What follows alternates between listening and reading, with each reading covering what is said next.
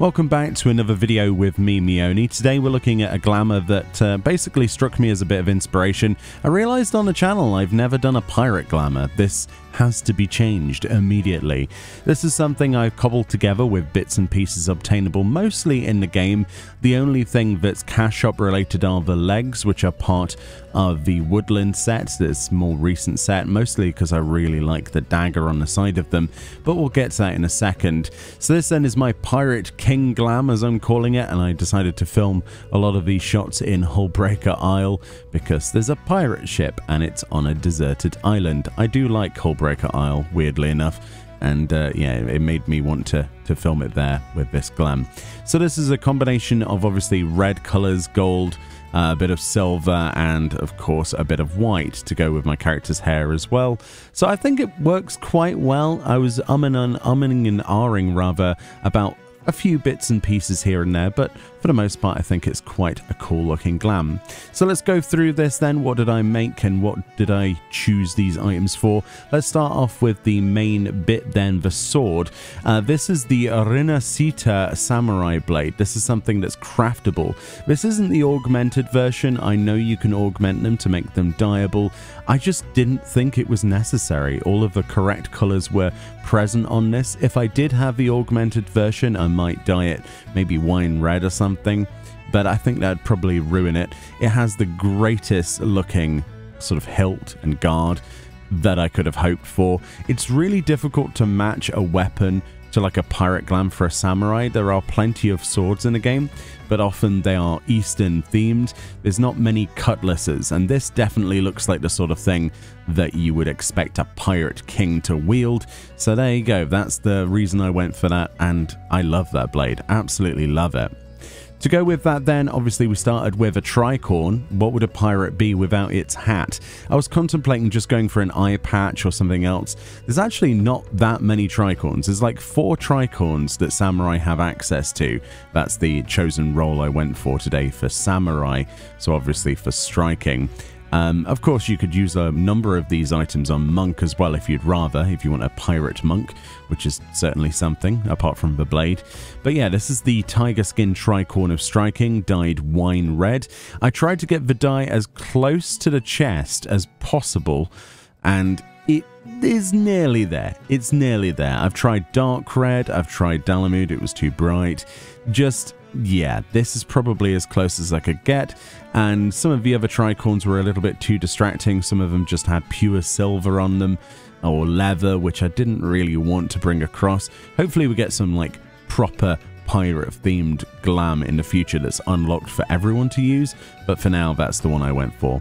And the chest that I kind of revolved this around is the coat of the Red Thief. This is something that's easily accessible. As you can see, it's from a duty and it's level 60, so this is again a pugilist, monk and samurai level 60 chest piece. Coat of a Red Thief actually pops up quite a bit on Fashion Report, which is why I had it around.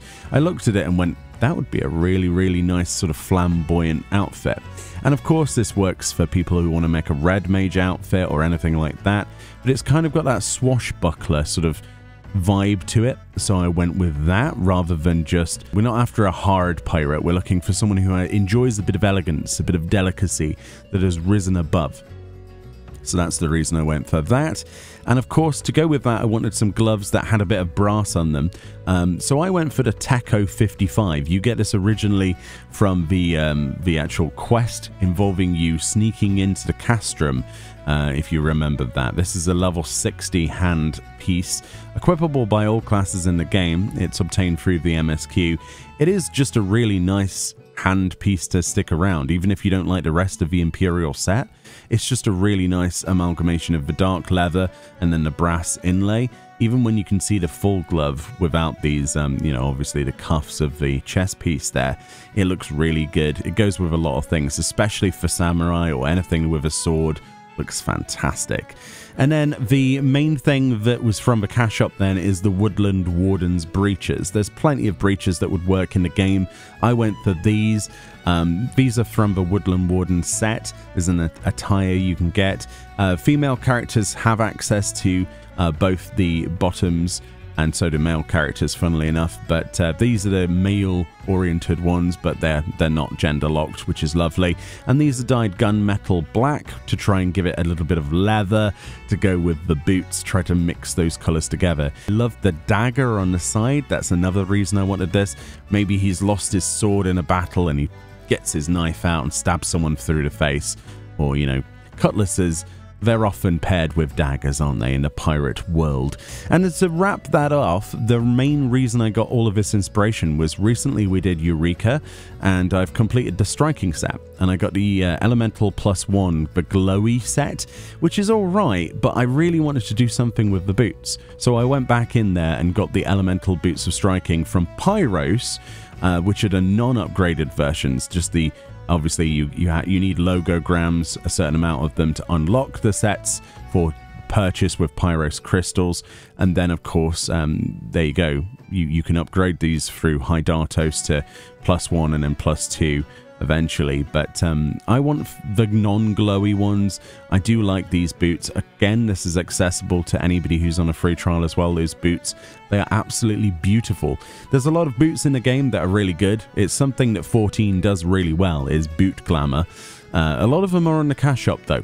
This not so much, and is a beautiful option available in the game. I like the turned up fronts. I like the brass inlay. I've tried to mix that across the glamour in little pockets. I love the leather. Obviously, these are dyed gunmetal black to try and match some of the other colors together. The only regret I have with these boots is they don't really have any silver on them, but it just looks cool. If a Pirate King's gonna wear anything, it would be something gaudy and something elegant with big spiky bits on it and lots of straps. I think this matches perfectly. But yeah, I don't know, you might disagree. I had a lot of fun making this. I thought I'd share it. That's what video creation is all about. And I'll see you all next time. Bye-bye.